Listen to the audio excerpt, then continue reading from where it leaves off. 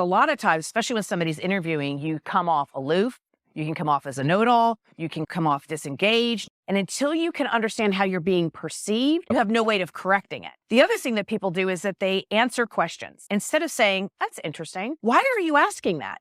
Because sometimes people don't really understand what they're doing. And if I have crossed a boundary for you and you're not strong enough to go, I'm not really understanding what you're asking me, I want pushback from my leaders. I don't want to just hire a bunch of yes people. But if you can't do that in an interview, if I ask you your opinion and you're just telling me, I want to know, this is my opinion and this is where it's coming from and this is how I formulate it. And so in an interview, I'm actually looking for somebody to stand with me, push back if need be, to go, wait a minute, I want to make sure I understand the question you're asking me, Amilya, so that I really give you the answer.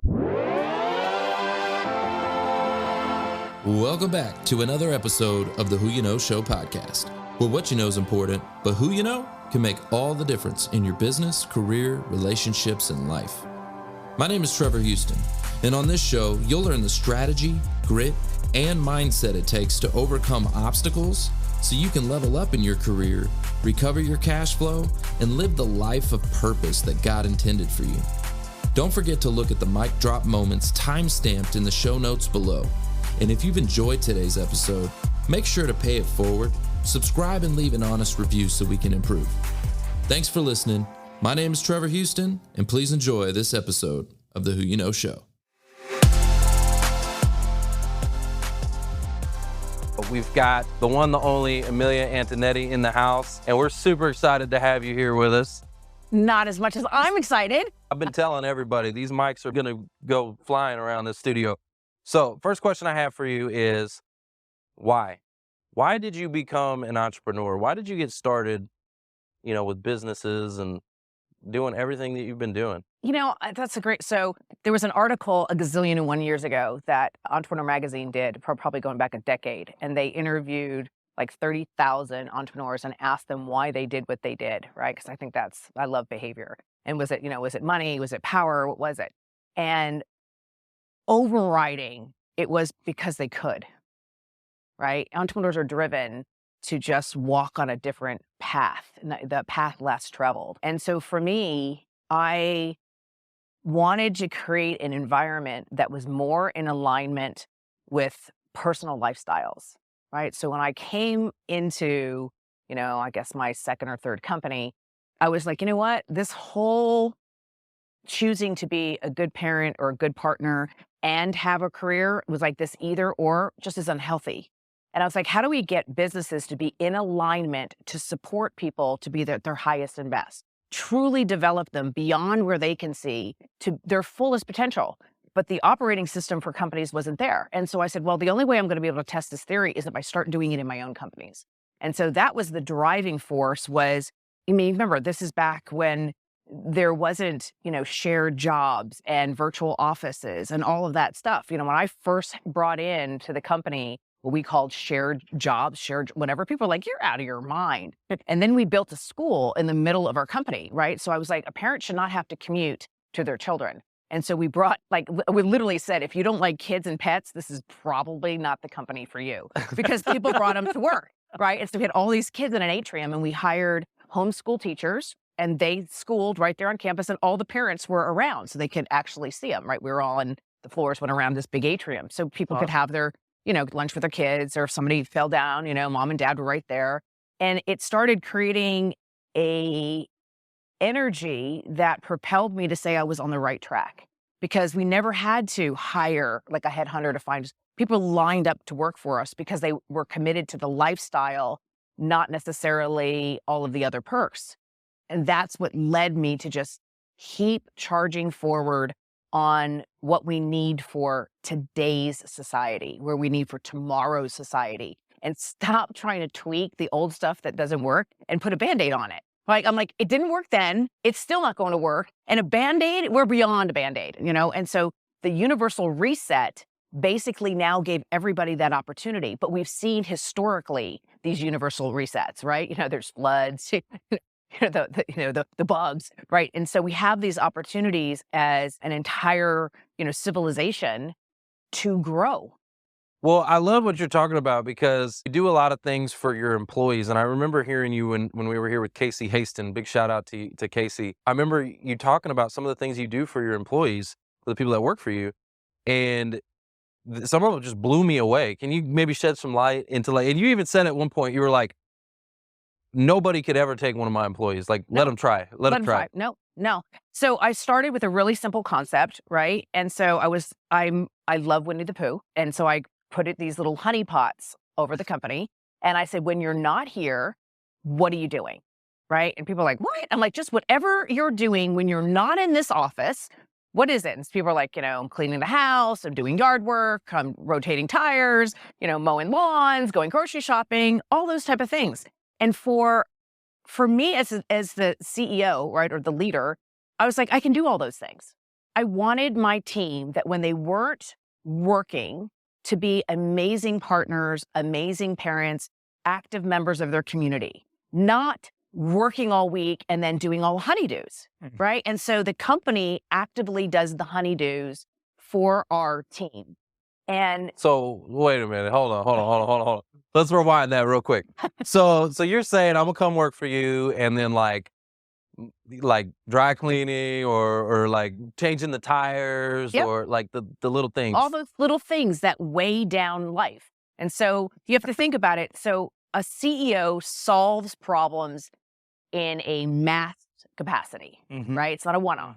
And so for me to call and say, okay, there's 200 cars in the parking lot and you're going to come and change the oils and rotate the car, right? It's while you're working, in the parking lot, all the cars are going through, they're kind of like checking balances. Now, if you go to wherever, like Quick and Go or whatever that is, you're going to pay $39, $50 to do it. Right. But I'm master negotiator. So I get my cars all done for like $12.95 because I'm doing in mass. Same thing for shopping, right? So I let a couple of the people in my company who love to shop, I hate to shop, love to shop, are going to Costco's and Sam's, and they're doing the whole bulk buying for everybody. It allows everybody to take not 20 ketchups home because that's going to go bad anyway. And so we work like a village. And so that everybody goes home with groceries. Everybody goes home with clean laundry. Everybody goes home with their dry cleaning because we're all doing the same thing. I want to come work for you. We're doing it as a village.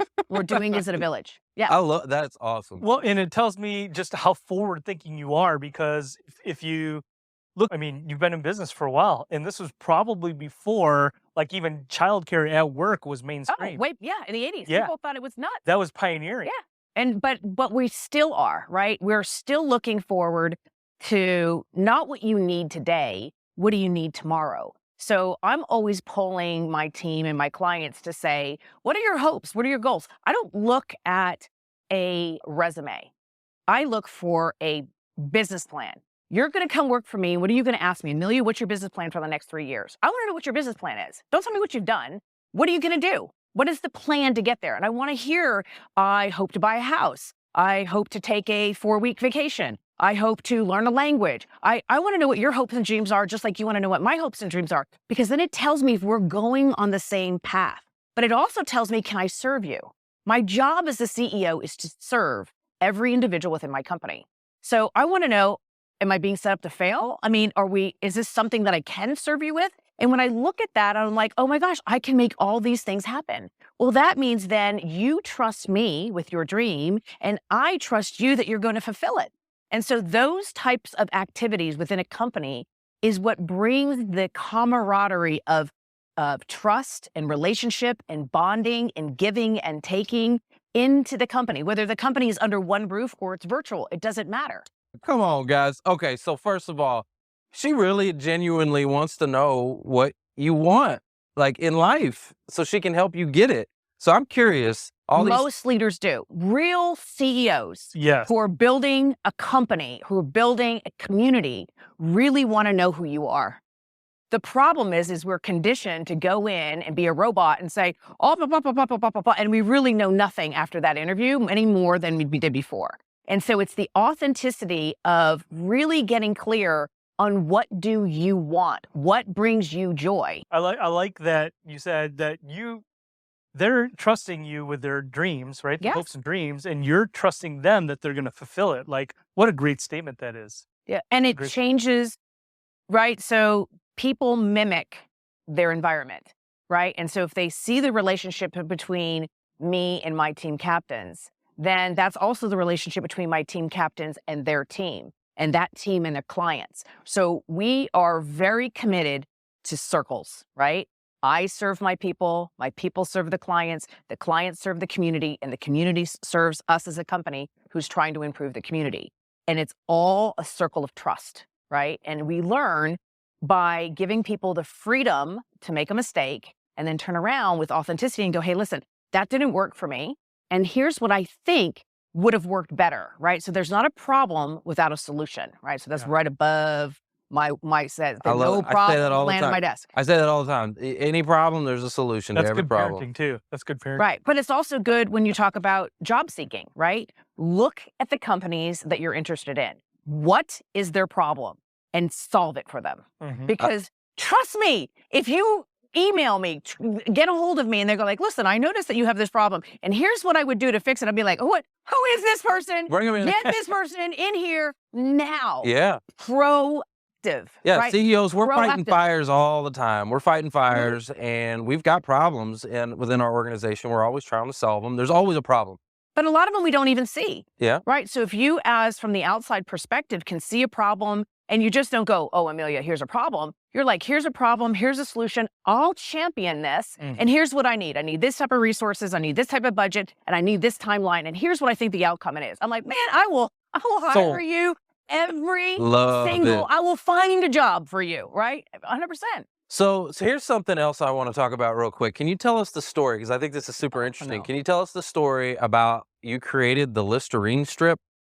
Well, I did not create the Listerine Strip. Okay. So Not active. tell me about that. I was at a medical convention. I was hired to speak. I still to this day have zero. And why I was hired to speak at a medical convention, I have no idea.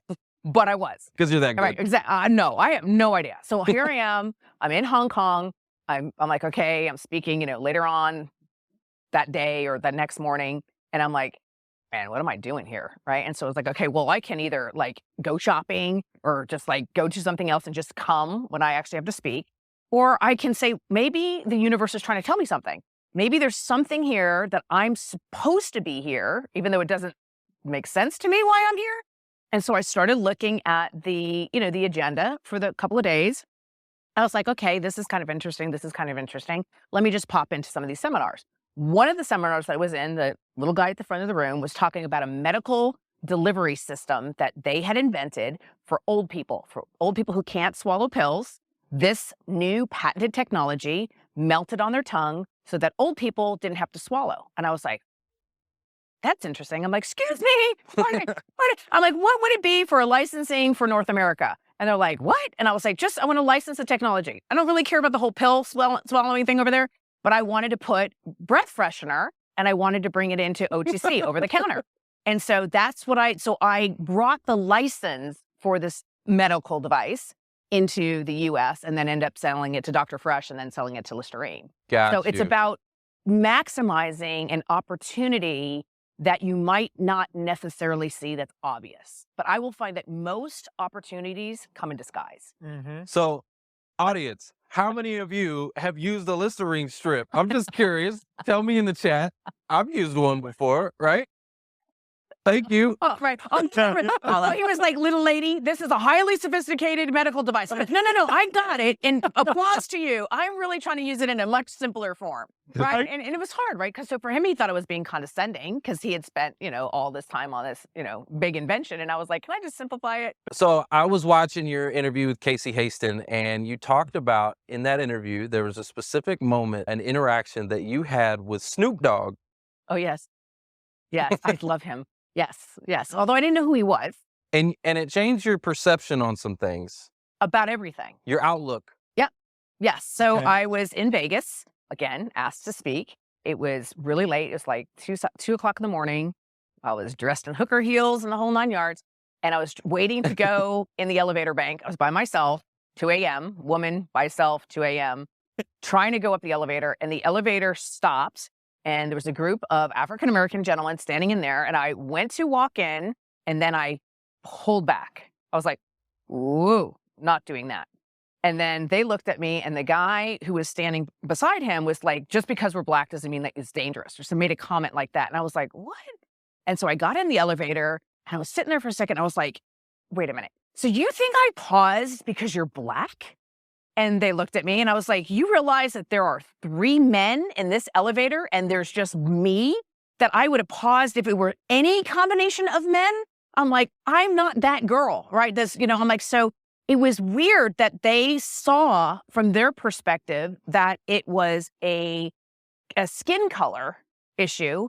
And for me, it was a safety issue, 100%. I was like, wow, our perspective on this scenario is entirely different. You always hear two people watch a movie, Right. and they both tell you that one was a love story and one was a tragedy. And so I was like, wow, and that really started to change, to go, something is always happening, but what you think is happening is not what's happening. And so then I asked, I was like, who? There was these guys, and one of them had these pigtails. I was like, oh, that was Snoop Dogg. And so I started, so I wrote a letter to him. I wrote a letter and say, I want to let you know that you had such an impact on me that I now realize that I got to get out of my own head. I've got to be able to see what other people think is happening, to be able to bridge those conversations so that real growing can happen, right? Real connection happen. If they wouldn't have said something and I didn't say something, both of us would have left that moment without any learning. And so they learned and I learned. And that opportunity is in front of us each and every day, but we're so committed to the story we want to tell ourselves. We're so committed to being politically correct. We're so committed to all the negativity that we miss all the positive side of what happens when 2 people really see each other and really understand, like, wait a minute, you're misinterpreting my action. What I really mean is this. And then people go, oh, wow, I thought it was something entirely different. And it happens with, employer, employee. It happens with parent, child. It happens in your partnerships and your relationships. It just happens in your just regular interaction, right? Is that you interpret what's happening your way and you believe that's the only story that's happening. That is not. There's always a myriad of stories going on in any given circumstance. And I want to relate this to the job seeker community, right? Because I get this, and I've gotten this feeling a lot in a lot of conversations. Trevor, you can probably say the same thing, is that sometimes they're in their own way. They have this myopic view, Big time. right? Right. And their troubles are they're so bad, they're all on them, and nothing else, right? They're not doing anything. Everything else, Right. What I Victim say. mentality. Yeah. Right. Is wrong. Well, this wasn't right, and this person, they just didn't get it, and it's like they don't inwardly, right, have any insight as to who they are and what they're doing. So if you're interviewing, right, literally, so let's pretend you're interviewing, right? You should take a video and you should interview, and then you should watch it and say, are you putting out the image and who you are correctly?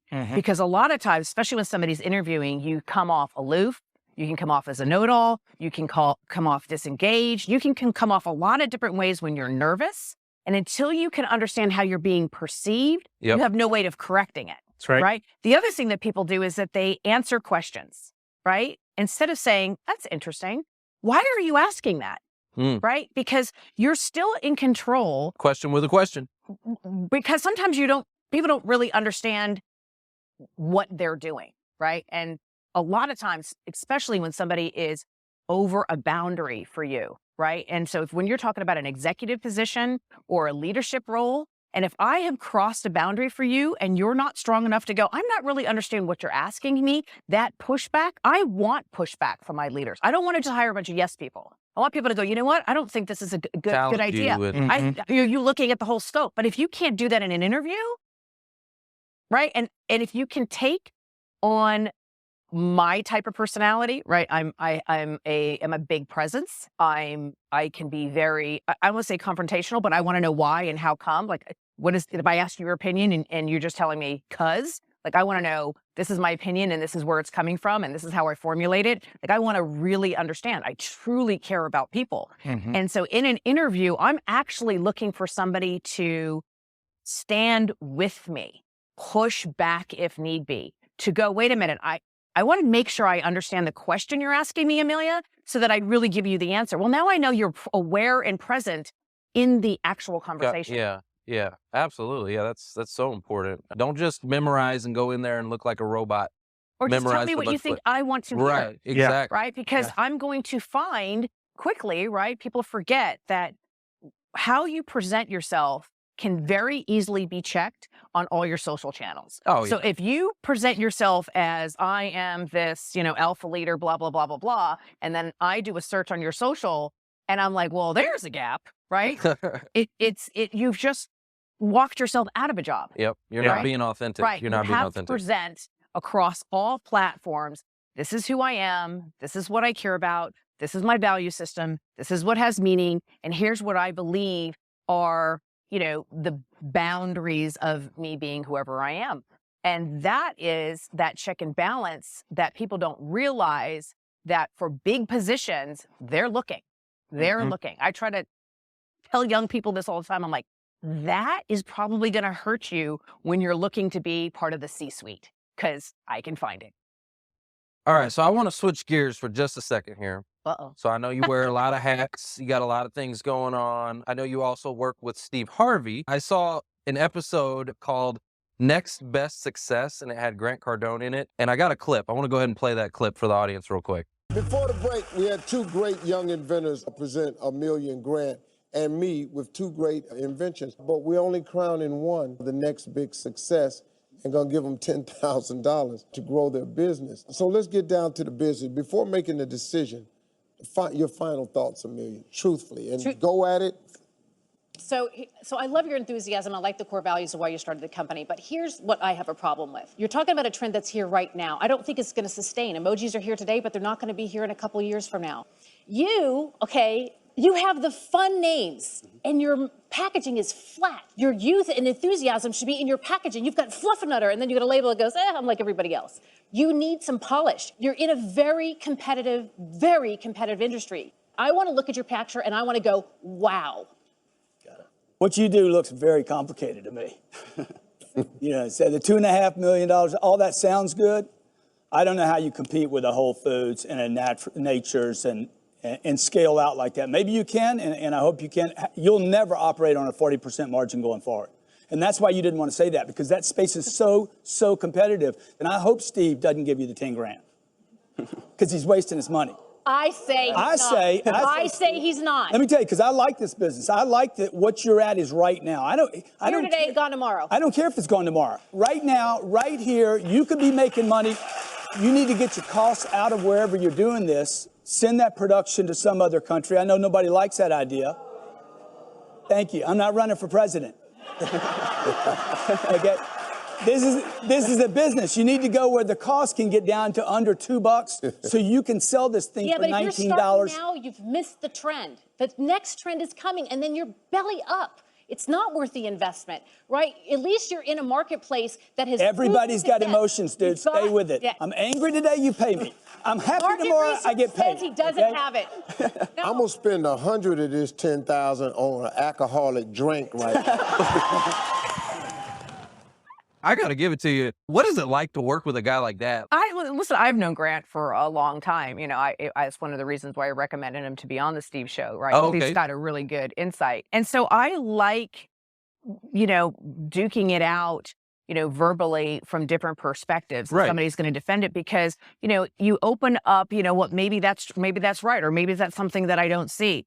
But I'm also willing to defend my position, especially when you're talking about mass consumer goods. Like I've spent a good deal of time in mass consumer goods and, trying to help the younger people that were in front of us, like what is their next move? And so the banter for me is where brilliance comes from. So bantering with a Steve Harvey or a Grant Cardone or a Gary Vee is where Tim Ferriss, right? You're going to get that next level of thinking. And it may not happen right then. It may be when you overnight process going, you know what? That was really an interesting point that he had to make, right? And so I think amongst colleagues, that's what they're looking for, right? We get a lot of, yes, you're great, you're wonderful. That doesn't do anything for me, right? And so when I banter with Grant, it's given me entirely different insight, right? Because he comes from real estate, right? So he's looking for, those long-term investments, those hidden gems. And he's wired that way. He's very, very good at what he does. I come from mass consumer goods, which is, been really disrupted with direct to consumer now, right? You can really build a business now and use your social and skip over all of the retail. Well, there's some really good pros and cons about that, but you have to understand the game that you're in. And when a lot of people, when they have a great idea, they have a great idea while the trend is happening, right? Like by the time you think of it, I'm like, okay, you've got to be ahead of it. Yeah, it's already right? over. It's already over. Same thing too as a business leader. I'm trying to think about what my employees need tomorrow, not what they need today, what they need next before they think about it. Same thing too when I look about something that's going to go in the marketplace. What is the offering or the service or the product that consumers are going to need next, right? That's the kind of secret sauce to being able to put your money into an investment so that you catch it on the up part of the bell curve. Well, in our professional side, right, it's kind of like the market. Yes, right? This is the market, yeah. You hear, oh, this is a great investment. By the time you hear that as a consumer, Yeah, it might it's be too already- late. Right, you're buying it high instead of before, right? Yeah, Exactly, everybody's trying to right. push some Bitcoin right now. Yeah, exactly. yeah. Everybody's trying to push that. And that's part about being in the moment to start using your brain to go, what's the trend, right? Where is it going, right? Right. Because if you look at industries, right, something that happens in entertainment then usually affects your beauty care, that affect, right? It goes clothing, jewelry, like one thing affects another thing. And so you have to see what the trend is, right? And then get better at what your experience does with that trend. And then that's where you want to invest money. But like you guys always know, your portfolio has to be high risk and low risk. It's got to be short term and long term. It's never one egg in one basket. right? And it's unfortunate that entrepreneurs have a tendency to do that one egg in one basket without ever thinking outside of their own head. And I'm like, you got to bounce your ideas and what you're thinking amongst colleagues so that you get that other perspective, right? Or the other story. Well, I love that. Iron sharpens iron, right? Yes. And so, Yep. so you get some high, like you and Grant Cardone and some other people. You get these different perspectives that maybe not. Yeah, but right we like or wrong, each other. but Like I'm yeah. saying, we like each other. We love that banter. That's, Oh, I loved it. I could tell. I could tell. It was healthy. There's no animosity. Like No. Grant and I are friends. Love but that. if I need that, hey, let me run something by you. Like he's going to give me what he thinks. Right. He's not going to sugarcoat it. Yeah. But he knows the same thing to me. If he calls and goes, hey, I got this idea. I'm like, no, not going to work. Here's why. Boom, boom, boom, boom, boom. He knows that my pattern is to give you something and then give you supporting information on how I'm coming to that conclusion. Now, if my supporting information is missing something, right, then that's why I go, oh, okay, now that I know this, maybe I may pivot here. But you need your colleagues. I mean, you need your network. Your network is what helps round you to the next level and the next level and the next level of success. Your network is your net worth. Okay, so tell us a little bit about the Genius Key. I know that as part of your process, you talk about how it removes bias. So the purpose of the Genius Key was to be able to create a new people operating system inside of a company, that a company could be more healthy with its people. And so what happens is one side of the Genius Key is helping individuals within a company to understand what is their genius and how does that apply across the entire company and the entire workflow. So not just in the department that you're in, all the way across the company, how does your genius apply to all of these projects and tasks? Yeah. And then what is innate and what did you pick up along the way? Because it makes a difference with your growth trajectory. Then on the other side, it's showing the executives, whether it's the board, the investors, the CEO, the entrepreneur, their vision broken down into projects with individual keys. The matrix then matches the project keys to the genius keys of the individuals and then pings the individuals to say, here's all the projects within the company that match your genius. So now you're not stuck in sales or stuck in marketing or stuck in human resources or stuck in admin. You're looking at all the opportunity in the company of where you can contribute and add value. So then you start looking at the individual project and you're like, okay, this project's 3 months. Maybe this project is 4 months. Maybe this one's 2 weeks. There's 4 people, there's 8 people, there's 20 people, there's 2 people. And then it goes, why am I bothering you? So it's saying, okay, on this project, I'm looking for your strategy key, Amilya. On this one, I'm looking for your right order, priority order. Okay, this one, I'm looking for my organization. This one is looking for my fish. I know why you want me on this project. And then I go, you know what? This is interesting. And I click yes. Once I click yes, I'm interested, they now know I happen to be an Italian female. Until then, they know nothing. Doesn't matter about your education, doesn't matter how old you are, it doesn't matter if you're black, white, yellow, green, it doesn't matter what you're religion, because none of that matters. You're a fit. In the vision of a company, the work is agnostic. What happens is people get in the way and they assign work because it's okay, I know you and I really need this project done, so I think you will help me. I'm not actually analyzing if it's part of your genius, if it matches you, if it's in alignment with your lifestyle. I'm not doing any of that. Now the system is doing that with you to say, wait a minute, this is where Trevor's genius is. And these projects, he can add immediate value to. So now the CEO has a better way of pairing and matching people to the work. And then it's self-driven. So if you want to really do something, but it's not pinging you because it's not your natural state, you can then learn a learning module so that you then pick up that key. So there's no more biases. I can't say, oh, my company doesn't develop me. You can develop yourself all day long. My company doesn't pick me for projects. You get to pick all the projects that you want to pick, all self-driven. So for all of you job seekers out there that feel like you're dealing with some age bias or whatever type of bias, right? Look for a genius company to go work for. Yeah, you need to work for a genius company. Okay, so I have my results here. Okay. All right, so it says my learning genius score is kinesthetics. Correct. So that kinesthetic means that is how you imprint information. So there's 3 primary learning styles. They usually happen between the ages of 0 and 3 years old. And what that means is how you are predispositioned to retain information. And what we don't realize is that we will learn all 3 over time. But if you're hungry, you're tired, you're learning something for the first time, any of your hierarchy needs are not being met, you default to a kinesthetic. What that means is a visual person makes a collage out of everything. So even if they heard a bird, they put a bird on a collage. So people who are visual remember by those pictures. And it doesn't matter if it happened yesterday or 10 years ago, they picked that same collage open. An auditory person takes every experience and they put it into bullet points. And they only really remember the things that they believe contributed to the value statement of it, right? So they're not going to remember like a visual, what did I wear? What restaurant did we meet at? They're going to remember we were supposed to meet at 8, you showed up at 8:03, right? So that's the things that are coming on their list. The kinesthetic learner isn't using their eyes and they don't use their ears. They remember the actual experience itself. So even if you're doing recall, you're going to remember that you felt a certain way in this experience. You made me feel a certain way. That's right. A certain kind of way. There you go. It also says my energetic genius is goal energized. Which means you want to cross things off the list.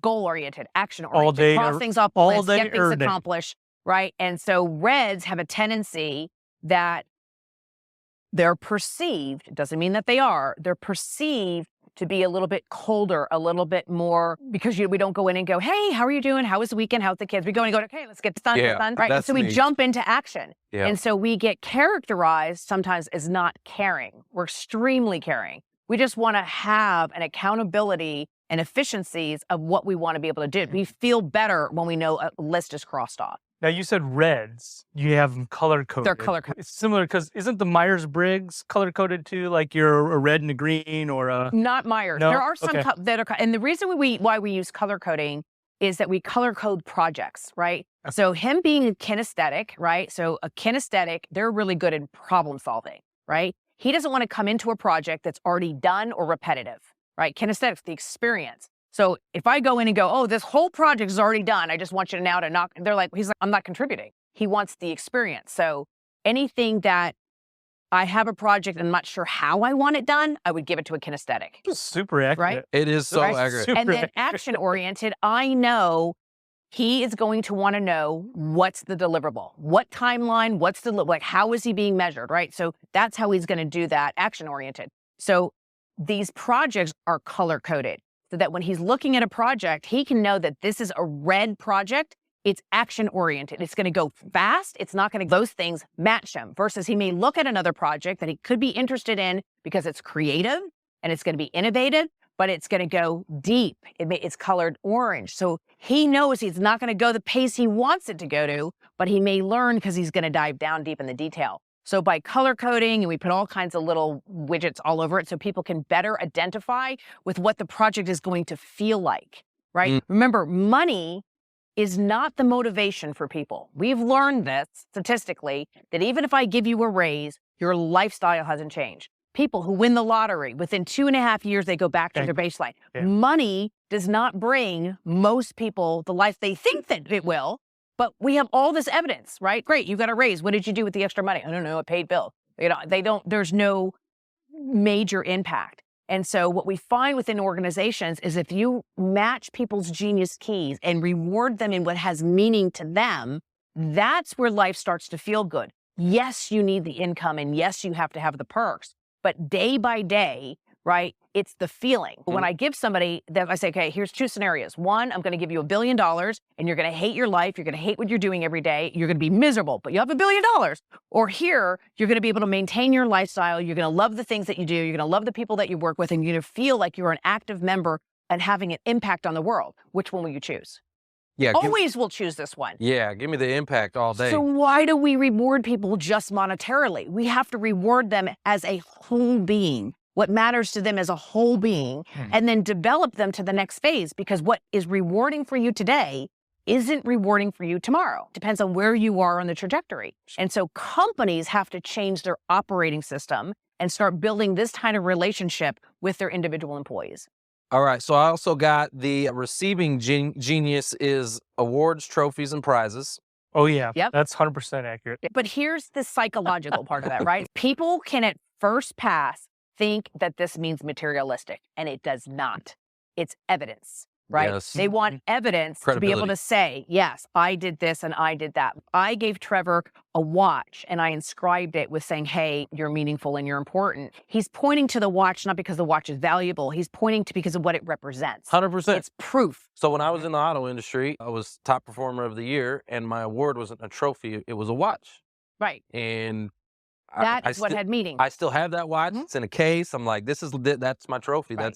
That's when we talk about reward language, that's what fills you up from the inside. So when people try to love you in their own way, right? So if I want to give you acknowledgments, oh, great. That's not filling you up. You need those tangible things that identify and put you in that place to go overachieving. I'm doing this, I'm doing that. So you have to be able to understand what has meaning to somebody else and then give them what that is for them. It's very unfortunate that most humans try to do an abundance of what they want on other people, and then they go, why am I not getting the response I want? And then they stop doing it. That what they understand is that it's not the same language. And so once you identify what somebody's receiving language is, what fills them up, now you can be more efficient. Now I only have to give that to him. So instead of me running around going, you're great, which is exhausting, all I got to do is now just going, hey, this had meaning. Here's a certificate signed by Amilya. Go have a romantic night on me. That is going to have meaning to him because it's personalized and he's got something he can put on the wall that said, Amilya did this. And so we do a lot of spray and pray and then wonder why we don't get the results. I like that. We talk about spray and pray too. Yeah. All right. Compatibility genius is a sweet reliever. Yes. So I know that makes no sense to you. That's why you're here. Right. So in this group, right, so what that really helps you with the compatibility is to allow you to understand where brilliance happens, right? So in conflict is where you find brilliance. And so it's talking to you about what kind of people to pair you with that pushes you beyond your natural barriers, not too far where it's uncomfortable, but far enough out of the comfort zone so that you continue growth. And so that's what it's talking about there, right? So you want something that's meaningful, you want something that's influential, you want to be seen, heard, and recognized for your own talent, but you like to be brought into projects that are just a little bit out of your reach because then you scale. Right. It helps push me a little bit further. You're not going to do it on your own. Yeah. You're not going to go, I think I want to be uncomfortable today. I'm going to go do this. But if you are paired with somebody to go, listen, I really think we can take this on together and this is how we're going to accomplish it, then you'll reach a little bit farther. And then you'll do it again. Look, there's a bunch more in here, and I wish we had more time, but I do want to just do something real quick. Hold on. Hold on. Y'all see this? Uh-oh. This is the golden mic. Thanks for listening to the Who You Know Show podcast. My name is Trevor Houston, and if you've enjoyed this episode, consider subscribing wherever you listen and leave us a positive review to help us keep the mics on in the studio. Until next week, that's the show. It's all about who you know.